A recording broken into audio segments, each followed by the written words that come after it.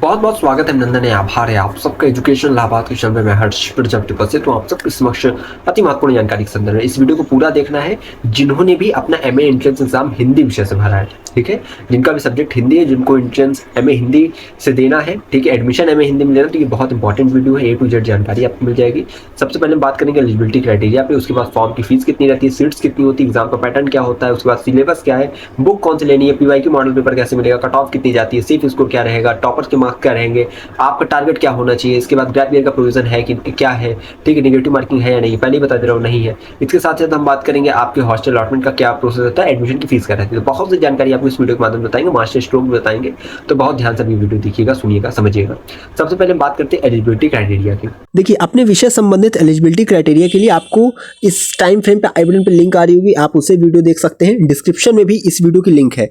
इस वीडियो में मैंने एलिजिबिलिटी क्राइटेरिया पे डिटेल चर्चा कर दी है, ठीक है, कि आपकी एलिजिबिलिटी क्राइटेरिया क्या होगी, ठीक है। हर एक कोर्सेज की इसमें एलिजिबिलिटी क्राइटेरिया मेंशन की गई है, तो आप लोग ये वीडियो जरूर देखिएगा, जिससे कि आप लोग की एलिजिबिलिटी क्राइटेरिया के संदर्भ में जितनी भी क्वेरीज हो उनका सोल्यूशन आपको मिल जाए, ठीक है। डिस्क्रिप्शन में लिंक है एलिजिबिलिटी क्राइटेरिया की वीडियो का, देख लीजिएगा, आई बटन पे भी लिंक आया होगा, जाकर देख। अब बात करते हैं फॉर्म की फीस की। 1000 रुपए आपकी जनरल डब्ल्यूएस ओबीसी की फॉर्म की फीस है, SC ST PH की 500 रुपए फॉर्म की फीस है, ठीक है। इसके बाद बात करते हैं आपकी सीट्स कितनी है। सीट्स अगर देखिए बात करें तो आपकी मेन कैंपस में 300 सीटें हैं हिंदी की, CMP में 63 है, ADC में 63 है, IHGC में 63 है, JT में 50 है और SPM में 50 सीटें अवेलेबल है, ठीक है। टोटल 589 सीटें हैं।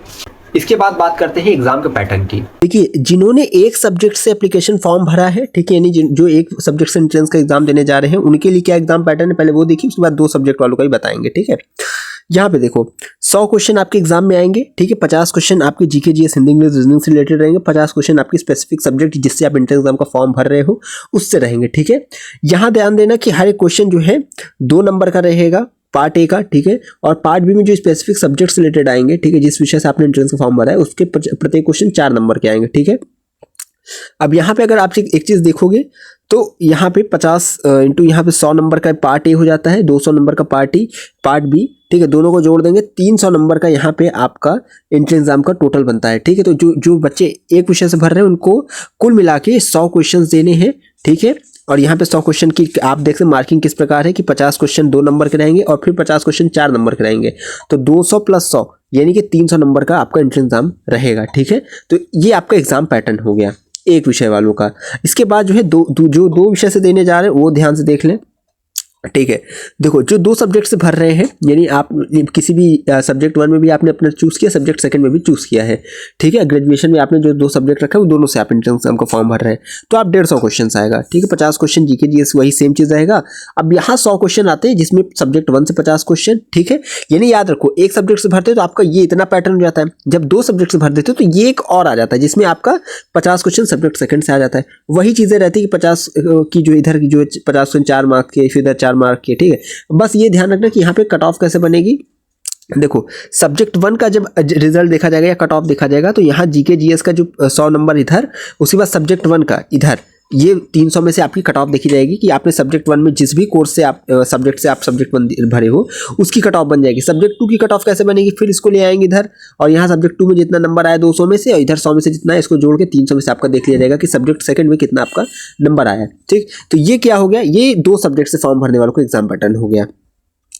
ये हो गया 3 सब्जेक्ट से जिन्होंने एंट्रेंस एग्जाम का फॉर्म भरा है, ठीक है, उनके लिए, ये नॉन सब्जेक्ट कैंडिडेट के लिए, ठीक है। ये चीज ध्यान रखिए कि जो भी तीसरा विषय का विकल्प आपने रखा है उसमें आपको प्रश्न नहीं पूछे जाएंगे, ठीक, उससे रिलेटेड प्रश्न नहीं पूछे जाएंगे। आपके प्रश्न आपके सब्जेक्ट 1 और 2 से आएंगे, यानी सब्जेक्ट 1 में जो फिल किया आपने, ठीक है, उससे क्वेश्चन आएंगे, सब्जेक्ट 2 में जो आपने रखा है उससे आएंगे, सब्जेक्ट 3 में नहीं आएंगे।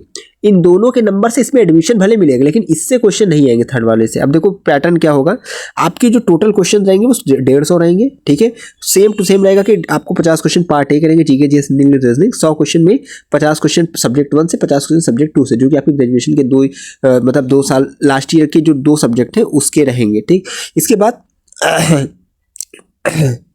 इसके बाद सब्जेक्ट 1 आपका जो है यहाँ पे कट ऑफ इस तरह बनेगी कि 100 नंबर इधर और 100 नंबर 200 नंबर इधर, 300 में से यहाँ बन गई कट ऑफ सब्जेक्ट 1 के लिए, सब्जेक्ट 2 के लिए इधर बन गई।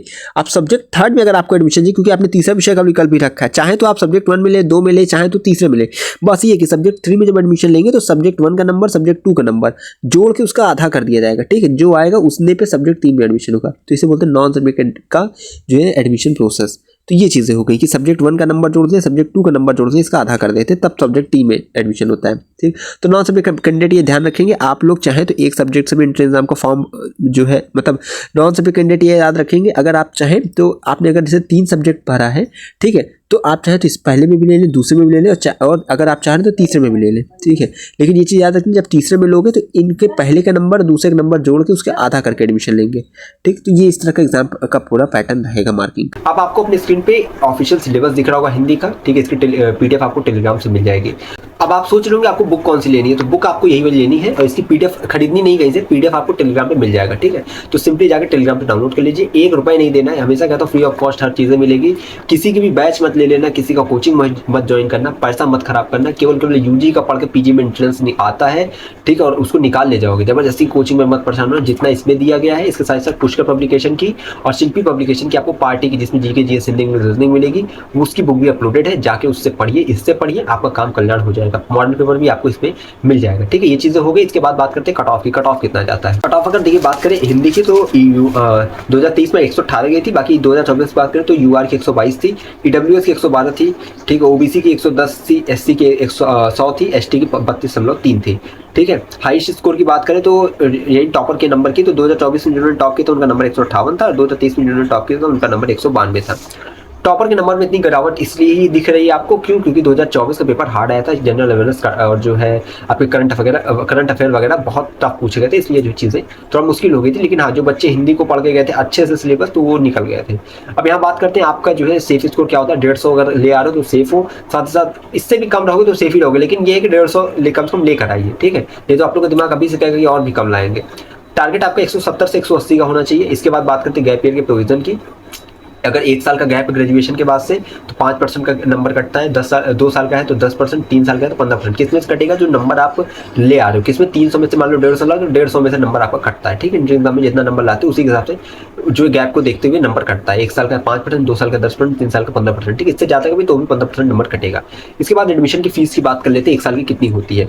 अगर MA हिंदी की बात कर रहे हैं, मेन कैंपस की 5,834 रुपये लगेगी 1 साल की, CMP की 8,000 लगेगी, ADC की 8,950, ठीक है। और JT की बात करें तो 8,500 लगेगी। इसके साथ SPM की बात करें 10,500 लगेगी, और ईश्वर डिग्री कॉलेज की बात करें तो आपकी वही 8 से 9,000 की अप्रॉक्स में इसकी फीस लग जाएगी आपकी।